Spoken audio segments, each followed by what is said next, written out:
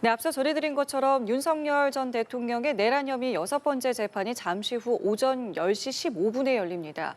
윤 전 대통령은 오늘도 법원 지상 출입구를 통해서 출석을 하게 되는데요. 이재명 대통령 취임 이후 첫 출석이기도 합니다. 한편 검찰의 김건희 여사 소환이 임박했다는 관측도 나오는 가운데 윤 전 대통령이 경찰 소환 조사를 받게 될지도 관심인데요.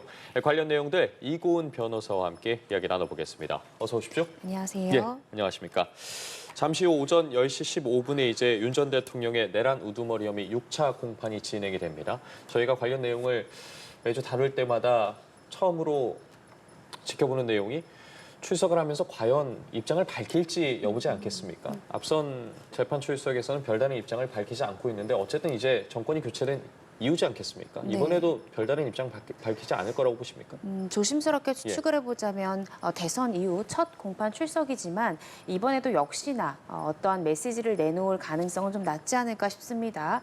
특히나 윤 전 대통령 부부를 둘러싼 이 두 개의 특검법이 지금 대두되고 있고요. 예. 아마 조만간 공포될 것으로 강력하게 지금 예상되는 상황이기 때문에 이러한 상황에서 윤 전 대통령이 어떤 별다른 메시지를 내놓기가 굉장히 부담스럽지 않을까 싶고요. 또 메시지를 섣부르게 내놓을 경우 김건희 여사가 왜 현재 소환 통보에 응하고 있지 않은지, 윤 전 대통령이 경찰에 출석할 예정인지 이러한 이 기자들의 질문을 받을 수도 있기 때문에 아마 메시지를 내놓지 않을 가능성이 조금 더 크지 않을까 예상을 좀 해봅니다. 예, 자 그렇다면 오늘 재판에서는 어떤 내용들이 다뤄지는지도 짚어주시죠. 네, 지난 이제 5차 공판기일 때 증인으로 출석했던 이상현 전 특전사 1 공수 여단장이 이번에도 재차 증인으로 신문을 받게 됩니다. 지난 5차 기일 때는요, 이 이상현 전 여단장이 검찰 측 증인이었던 만큼 검찰 측의 주신문이 있었고요. 그리고 오늘은 이 피고인 신분인 윤석열 전 대통령 측의 변호인이 반대로 신문하는 반대 신문 기일이 예정이 되어 있습니다. 예. 윤 전 대통령 측의 반대 신문이 끝나면요, 아마 검찰 측의 재주신문, 즉 주신문을 다시 한 번 더 한다라는 의미의 재주신문과 또 윤 전 대통령 측의 재반대 신문의 공방이 이루어질 것으로 예상이 되는 그런 상황입니다. 지금 말씀해 주신 부분에 이어서요. 계속해서 윤 전 대통령의 혐의를 입증할 증언과 증거들이 나오고 있지 않겠습니까? 지난 증인신문 과정에서도 관련자 간의 통화 녹음이 공개되기도 했고요. 네, 그렇습니다. 이상현 여단장이 지난 5차 기일 때도 검찰 측 증인으로 출석해서 다양한 증언들을 쏟아냈는데요. 대표적으로 이 곽정근 육군 특전사령관이 이 비상계엄 선포 당시에 화상회의에서 윤 전 대통령이 문을 부수고서라도 이 국회의원들을 끄집어내라라고 이야기를 한 다음에 2, 3초 정도 뜸을 들이고 전기라도 끊어보라라는 지시를 내렸던 것으로 기억한다라고 이상현 여단장이 증언을 하기도 했습니다. 그러면서 말씀 주신 대로 이 곽 전 사령관으로부터 지시를 받은 다음에 이상현 여단장이 자신의 부하 직원에게 재차 구체적인 지시를 내리는 이 녹취록까지, 녹음 파일까지 공개가 되어서 또 많은 파장을 낳았는데요. 예. 아마 오늘 있을 6차 공판 때는 윤 전 대통령 측에서는 해당 녹음 파일에 대한 증언의 신빙성 부분을 흔드는 부분에 대해서 굉장히 주목하지 않을까 싶고요. 또 곽 전 사령관과 윤 전 대통령 직접 통화를 했지만 실질적으로 이상현 여단장과 윤 전 대통령이 직접 소통한 것은 없기 때문에 본인이 곽 전 사령관으로부터 받았던 지시가 어떻게 윤 전 대통령으로부터의 지시라고 단정할 수 있겠는가? 아마 이 부분 관련해서 집중적으로 추궁이 일어나지 않을까 싶습니다. 그렇지만 지금 6번에 걸친 재판이 이루어진 상황인데요. 지금까지 출석한 검찰 측 증인들은 윤 전 대통령의 불리한 증언을 쏟아내고 있는 그런 상황입니다. 이 4차 기일에 출석했던 박정환 이 참모장 같은 경우에도 곽종근 사령관이 비상계엄 선포 당시에 상황실에서 바로 옆에 배석했던 증인인데요. 당시에 김용현 전 국방부 장관으로부터 이 곽정훈 전 사령관이 지시를 받는 것을 내가 목격했다라는 증언들도 있었고요. 또 국회 내부에 있는 인원들을 끌어내라는 지시를 받는 것을 나는 목격했다라는 취지의 증언들이 나오고 있어서 예. 여태까지는 검찰 측이 신청한 증인들은 피고인 신분인 윤 전 대통령에게 불리한 방향으로 흘러가고 있는 그런 상황입니다. 자 그리고 오늘도 주목해봐야 되는 게 이제 검찰에서 요청한 비아폰 서버의 압수수색 영장 발부 여부입니다. 이거는 어떻게 결정이 되는 겁니까? 네, 말씀 주신 대로 이 비아폰 서버 관련한 그런 기록들을 확보를 했고요. 또 이 경찰에서는 이 부분 관련해서 포렌식에 성공했다. 즉 기록 복원에도 모두 성공했다라고 발표하기도 했습니다. 그런데 이 비아폰 서버 같은 것이 지금 윤 전 대통령 내란 혐의에 관련돼서 확보된 증거가 아니라요. 이 경찰이 현재 윤 전 대통령과 김성훈 전 차장 등을 수사 중인 특수공무집행방해 사건에서 확보된 증거입니다. 따라서 이 내란 혐의의 재판에 쓰려면 예. 현재는 내란 혐의는 수사 단계가 아니라 재판 단계이기 때문에 이 재판을 주재하고 있는 지기현 부장판사가 직접 이 압수수색 영장을 발부를 해야 됩니다. 그래서 발부를 해서 압수수색의 장소는 아마 경찰청이 되겠죠. 그 경찰에서 가지고 있는 비아폰 서버, 관리 대장, 업무 매뉴얼 등등 이 필요한 자료를 우리 법원에도 제출을 해라라는 압수수색 영장을 직권으로 지금 발동을 해야 되는데요. 검찰 측에서는 이제 수주 전에 이런 부분들이 필요하기 때문에 재판부에서 압수수색을 통해서 확보해달라고 의견서를 이미 제출한 상태입니다. 따라서 지난 5차기일 때 지기현 부장판사는 이 피고인 측의 의견도 들어봐야 되기 때문에 윤 전 대통령 측 변호인에게 이 비아폰 서버 관련한 압수수색 영장 직권 발동에 대한 검찰 측 의견서 내용 속지를 하고 이 부분에 대한 변호인 측의 의견도 좀 밝혀달라고 이야기를 했습니다. 그래서 예. 오늘 이제 공판이 있기 때문에 오늘 전에 이 변호인 측의 의견서가 제출됐을 가능성도 있고요. 아니면 공판 때 바로 직접적으로 제출을 하는 경우도 있습니다. 그래서 오늘 재판이 시작되면 준비된 의견서를 변호인 측이 직접 제출할 수도 있어서요. 이런 부분들 좀 더 지켜봐야 될 것 같고 만약에 오늘까지도 변호인 측이 의견서를 제출하지 않는다라고 한다면 제가 조심스럽게 예상을 해보자면 기회를 줬음에도 불구하고 의견 밝히지 않았기 때문에 아마 재판부에서는 직권으로 영장 발부 여부를 판단하지 않을까 싶습니다. 예, 어떤 결정이 내려질지도 지켜봐야 할 것 같은데 그리고 향후에 내란 특검 등 3개의 특검이 이제 동시에 가동이 될 전망입니다. 그렇게 되면 지금 진행하고 있는 윤 전 대통령의 내란 재판을 비롯해서 관련자들의 내란 관련 재판들의 흐름이 좀 달라질 가능성도 있다고 봐야겠습니까? 네, 그렇습니다. 윤석열 전 대통령의 내란 및 외환 관련한 특검법 아마 이재명 대통령이 거부권을 행사하지 않을 것이라고 강력하게 예상이 되기 때문에 조만간 공표될 것으로 보여지는데요. 이 내란 특검법이 이제 통과가 돼서 공포가 되고 실제 이 특검이 출범을 하게 되면 네. 수사 단계인 사건을 특검이 가져올 뿐만 아니라 현재 기소가 되어서 재판을 받고 있는 사건들도 재판을 이 특검에서 넘겨받아 재판을 진행할 수 있습니다. 실제 지금 국회 본회의를 통과한 이 특검법의 19조 1항 그 법안의 해당 조문을 살펴보면요. 이 법에 따라 특별검사가 공소 제기한 사건뿐만 아니라 공소 유지를 위해서 이첩받은 사건에 대해서는 군사법원법에도 불구하고 법원이 재판권을 가진다라고 명시함으로써 윤 전 대통령이나 김용현 전 장관이나 조지호 경찰청장 등은 현재 서울중앙지법이라는 민사법원에 재판받고 있습니다. 예. 그렇지만 이 박안수 육군 참모총장이랄지 여인영정 방처사령관 등 이 군 장성에 대해서는 현재 군사법원의 재판이 진행 중인데요. 이 해당 특검법안 해당 조항에 따르면 군사법원에서 재판 진행 중인 사건조차도 민간법원으로 이첩받을 수 있도록 되어 있어서 이 군사법원에서 계류 중인 사건마저도 현재 서울중앙지법으로 끌어올 수 있다. 그렇다면 어느 재판부로 갈 것이냐 또 이것도 논의의 대상이 되는데요. 현재 관련한 다수의 재판을 지기현 부장판사가 지금 부장판사로 있는 서울중앙지법 형사합의 25부가 담당하고 있습니다. 따라서 해당 재판부로 갈 것인지 아니면 군사법원 사건까지 끌어오려면 굉장히 많은 사건들이 심리해야 되기 때문에 내란 재판부를 하나 신설을 해서 새로운 재판부가 윤 전 대통령 사건을 비롯해서 박안수 전 육군 참모총장 등 이 군사 관련한 군 장성 관련한 사건까지 모두 담당해야 되는 것은 아닌지 다양한 논의들이 현재 진행되고 있는 상황입니다. 이 내란 특검이 말씀하신 것처럼 이르면 이번 주 이달 안에 어떻게든 출범이 가능할 것이다라는 관측이 나오고 있기 때문에 이렇게 되면 이제 특별 검사는 누가 될 것이냐. 일단은 이제 후보를 추천하고 대통령이 임명을 하게 되는데요. 글쎄요, 이 후보자를 찾는 게 생각보다 오래 걸릴 수도 있다. 이제 그만큼 이제 까다로운 여러 가지 이제 요건들을 충족해야 된다는 건데 어떤 것들을 고려하게 되는 겁니까? 여러 가지 이제 그 해당 특검의 경력도 볼 것이고요. 또 정치적으로 독립성을 가질 수 있는 사람인지도 볼 것입니다.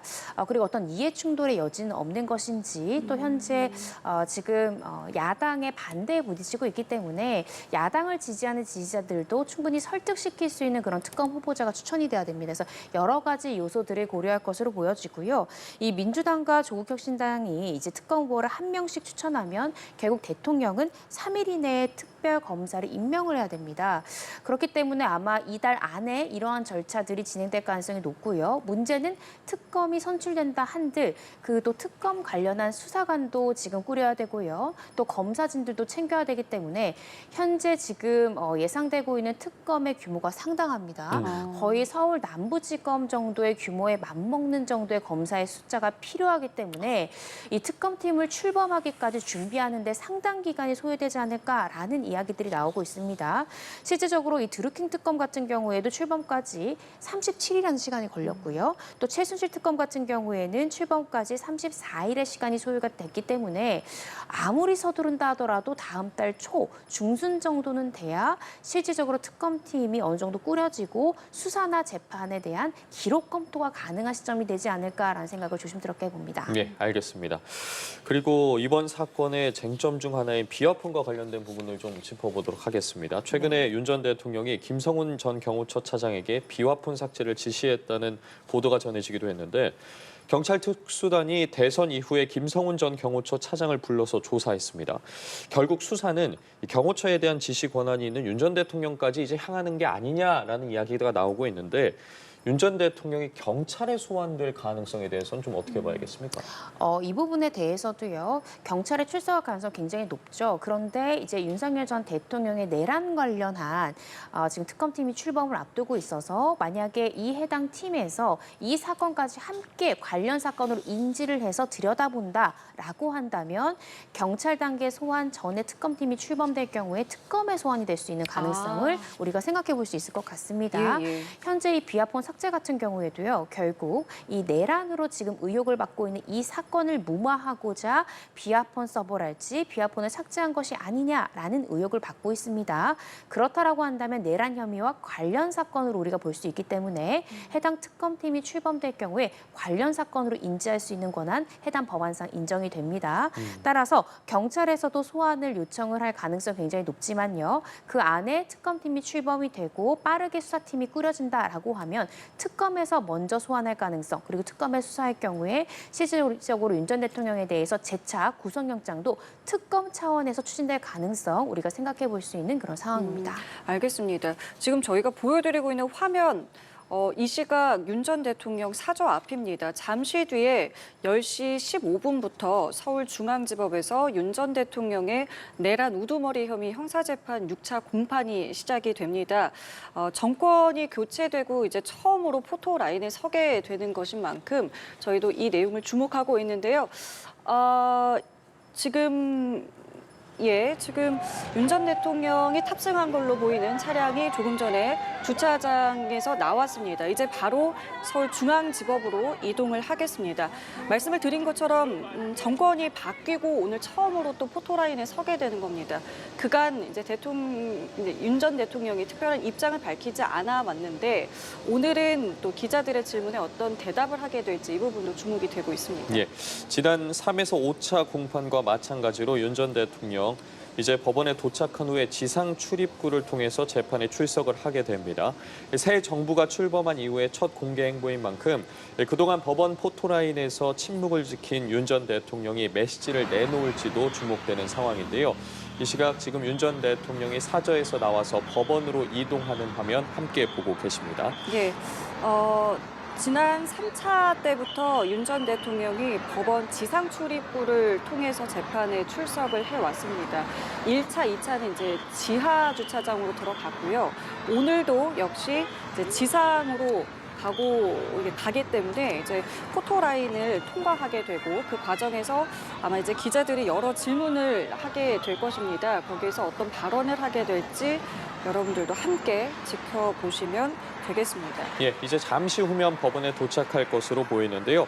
앞서 윤 전 대통령 대선 본투표 당일 오전에 저희가 화면으로 앞서 보여드린 것처럼 투표소를 찾은 모습이 언론에 공개됐지만 당시에도 특별한 발언은 하지 않았습니다. 오늘은 혹시 취재진 앞에서 어떠한 발언을 내놓을지 지켜봐야 할 것 같은데요.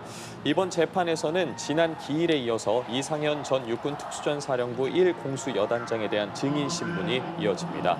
이 전 여단장은 지난 공판 당시에 곽종근 당시 육군 특수전사령관으로부터 대통령이 대통령이 화상회의에서 문을 부숴서라도 의원들을 끄집어내라고 했다는 말을 들었다고 증언했습니다.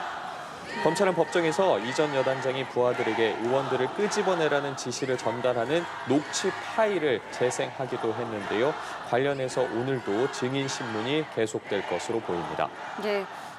지금 보여드리고 있는 곳이 이제 서울중앙지법 서부 서관입니다. 이제 문이 열리면 윤 전 대통령이 내리게 되겠고요. 포토라인도 지나게 되겠습니다. 함께 화면 지금부터 함께 보시겠습니다.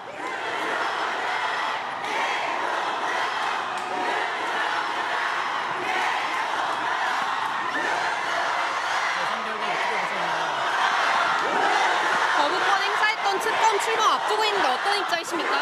국회의원 끌어내라는 짓을 진짜 안 하실 수가 있습니다.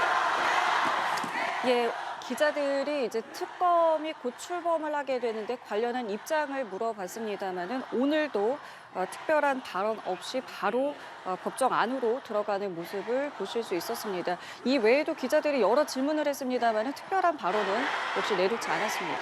네, 보시는 것처럼 조금 전 윤 전 대통령이 차량에서 내리는 모습인데요. 윤 전 대통령 지지자들을 향해 가볍게 미소를 짓는 모습도 확인하실 수 있습니다. 법원에서 윤 전 대통령을 이름을 연호하는 지지자들의 함성도 들을 수 있고요. 지금 취재진들이 윤 전 대통령에게 질문을 했지만 역시나 지난 공판 때와 마찬가지로 윤 전 대통령 별다른 답변을 하지 않은 채 법정 내로 들어갔습니다. 예, 변호사님께서도 오늘도 특별한 발언을 내놓지는 않을 것 같다라고 하셨는데 이 발언이라는 게 사실 재판에도 어떤 영향이 좀 있는 겁니까? 재판 관련한 메시지를 내놓는다 하면 영향이 미쳐질 수 있지만요. 예. 아까 현장에서 보셨듯이 기자들의 질문이 오늘 있을 공판에 대한 질문이라기보다는 이 3대 특검이 예. 출범이 되는데 이에 대한 윤 전 대통령 측의 입장을 물었습니다. 그래서 이 부분에 대해서는 재판에 별다른 영향을 미칠 것 같지 않습니다. 그렇지만 지금 모든 수사의 칼끝이 윤 전 대통령 부부를 가리키고 있는 상황에서 아마 윤 전 대통령이 쉽사리 입을 열기는 어려운 상황이지 않았을까 조심스럽게 추측을 해봅니다. 예, 5차 공판에 이어서 오늘 이제 6차 공판인데 어떤 부분이 중점적으로 다뤄지는지도 다시 한 번만 짚어주시죠. 네, 이상현 전 여단장은요, 지난 5차 공판 때도 증인으로 출석했습니다. 그러면서 당시 이 곽종근 전 사령관이 화상회의를 통해서 문을 부수고서라도 들어가서 국회의원들을 끌어내라는 지시를 받은 것을 목격했다라는 검찰 측 주신문에서의 증언이 있었던 증인입니다. 지난 기일에는요, 검찰 측이 신청한 증인인 만큼 검찰이 주신문을 이끌었다면 오늘은 이 피고인의 입장인 윤 전 대통령 측에서 그간 검찰 측 주신문 과정에서 있었던 어떻게 생각하면 윤 전 대통령 측의 좀 불리한 증언에 대해서 그 증언의 신빙성을 깨는 반대 신문이 주로 일어나는 그런 증인 신문 과정이라고 보시면 될 것 같고요. 제가 아까 말씀드렸듯이 윤 전 대통령이 직접 소통한 사람은 곽종근 전 사령관입니다. 따라서 아마도 윤 전 대통령 측 변호인은 나는 이상현 전 여단장과 직접 소통한 적이 없는데 내가 했다라는 지시로 단정해서 증언하는 이유가 무엇이냐라든지 아니면 지금 현재 검찰에서 재생한 통화 녹음 파일에 대해서도 이것은 내가 직접 곽종근 전 사령관에게 지시를 한 통화 녹음이 아니라 이상현 여단장이 자신의 부하 직원에게 지시를 내린 통화 녹음이기 때문에 이 부분에 대한 증거적 가치가 피고인의 이런 범죄 사실 소명에 대한 입증 자료를 쓰일 수 없다라는 취지로 해당 증언과 그렇게 재생이 된 녹음 파일의 신빙성을 흔드는 부분에 대해서 주되게 신문이 이루어지지 않을까 조심스럽게 추측을 해봅니다. 예, 말씀해주신 내용이 이제 오늘 이제 잠시 뒤에 있을 내란 우두머리 혐의 형사재판 6차 공판에서 이제 진행이 되는 것이고 그에 앞서 저희가 이야기했던 것은 이제 윤 전 대통령의 경찰 소환 가능성, 네. 비합헌과 관련해서 근데 만약에 이 내용이 이제 확인이 된다라고 한다면 어떤 혐의가 이제 적용이 되는 겁니까? 네, 증거 인멸 혐의를 우리가 생각해 볼 수 있는데요. 형사법상 이 증거 인멸죄에 대해서 처벌을 받으려면 타인의 형사 사건에 대한 증거를 인멸해야 됩니다. 그런데 만약에 윤 전 대통령이 지금 보도로 의혹이 제기되는 것처럼 김성훈 차장에게 직접 이 비아폰 서버를 삭제하라는 지시를 내렸다라고 한다면 자신과 관련한 형사 사건의 증거이지만요. 자신이 직접 했을 경우에 처벌이 되지 않지만 다른 사람을 시켜서 교사한 경우에는 증거인멸 교사죄로 처벌이 될 수 있습니다. 따라서 이 부분에 대해서 어느 정도 사실관계가 확인이 된다라고 하면 윤 전 대통령은 증거인멸 교사죄의 피의자로 입건이 될 것이고요. 경찰도 윤 전 대통령을 피의자 신분으로 소환하려고 노력을 할 것입니다. 그렇지만 앞서 제가 지적했던 것처럼 만약에 특검팀이 빠르게 출범한다라고 하면 경찰이 아니라 특검에서 선제적으로 소환할 가능성도 우리가 생각을 해볼 수 있는 그런 상황입니다. 예, 알겠습니다. 관련해서 들어오는 소식들은 저희도 전해지는 대로 다시 다뤄보도록 하겠고요. 김건희 여사 수사 상황도 좀 살펴보도록 하겠습니다. 검찰이 김 여사에게 소환 통보를 앞서 했는데 김건희 여사 측에서 대선 전에는 출석이 어렵다는 입장을 밝혀왔습니다. 지금 그렇다면 검찰 측에서 다시 좀 일정을 조율하고 있는 과정이라고 보면 되겠습니까? 네, 그럴 것 같습니다. 현재 지금 소환을 통보했던 곳은요, 서울중앙지방법원입니다. 이 공천 개입을 들여다보고 있는 이 명태균 의혹 수사팀에서 대선 전에 김건희 여사에 대해서 첫 번째 소환 통보를 했고요. 당시에 김건희 여사는 대선에 영향을 줄 수 있기 때문에 현재로선 출석하기 어렵다라는 입장 밝혔습니다. 그렇다라고 한다면 현재는 이 대선 이후기 때문에 아마 서울중앙지검에서는 2차 소환 통보 일정을 조율할 것으로 보여지는데요. 문제는 이제 특검팀 출범이 있습니다. 아마 2차 소환이 만약에 통보될 경우에 김건희 여사 측에서 출석을 희망하지 않는다라고 한다면 어떤 변수를 할까 예상해 보자면요. 특검팀이 출범이 되면 내가 이중 조사를 받을 가능성이 있기 때문에 차라리 특검팀 출범 이후에 특검으로 출석하겠다라는 취지로 소환을 거부할 수 있는 가능성 남아 있습니다. 그렇지만 검찰로서는 현재 검찰의 명운을 지킬 수 있는 마지막 수사의 기회라고 생각할 수 있는 가능성이 있기 때문에 그러한 거부 의사에도 불구하고 3차 소환 통보를 빠르게 진행할 가능성도 우리가 생각해 볼 수 있습니다. 그래서 현재로서는 2차 소환을 할 시기를 조율하고 있다라고 보여지고요. 이 소환 통보에 대해서 거부를 한다면 그때 검찰이 3차 통보로 나아가고 체포영장 청구까지 나아갈지 아니면 특검팀의 이 사건을 이첩하는 식으로 양보할지 이 부분에 대해서는 조금 더 지켜봐야 되는 그런 상황입니다. 예. 자, 그리고 지금 민주당에서는 대법관을 30명까지 늘리는 법원 조직법 개정안에 대한 이제 부분도 추진을 하고 있습니다. 근데 이 부분을 저희가 어떤 관점에서 접근을 해야 하는지 좀 여쭤볼게요. 네, 사실은 대법관 증언에 관련한 이런 문제는요, 계속해서 제기가 되어 왔던 문제입니다. 왜냐하면 한 대법관이 담당해야 되는 사건 수가 3,000건이 넘기 때문에 과연 그 심리가 효율적으로 그리고 상세하게 진행될 수 있는 것인가 이런 부분 때문에 심리불속행 기각이 많이 나오는 것이 아니냐라는 일각의 문제 제기가 있었거든요. 따라서 이 대법관을 증언해야 된다라는 것은 조희대 대법원장도 그 필요성은 공감한다라고 밝혔습니다.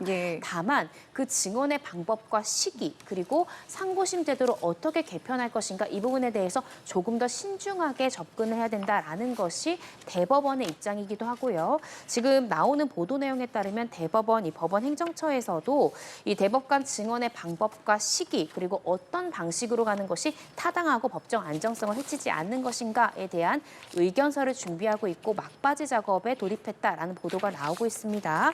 아마 이러한 이 법원 행정처의 의견서 또한 국회에 제출이 되어서 대법원에서도 적극적으로 이 대법관 증언에 대한 방법 또 얼마나 많은 수의 대법관이 증언될 것인지에 대해서 법원 측의 의견도 강하게 피력하지 않을까 싶습니다. 예, 관련 내용도 아무래도 계속해서 논의가 필요해 보이는데 조금 전에 윤석열 전 대통령이 내란 혐의 6번째 재판에 출석을 했습니다. 관련 내용 등 저희 지금 이고은 변호사와 함께 다뤄봤습니다. 오늘 말씀 고맙습니다. 감사합니다.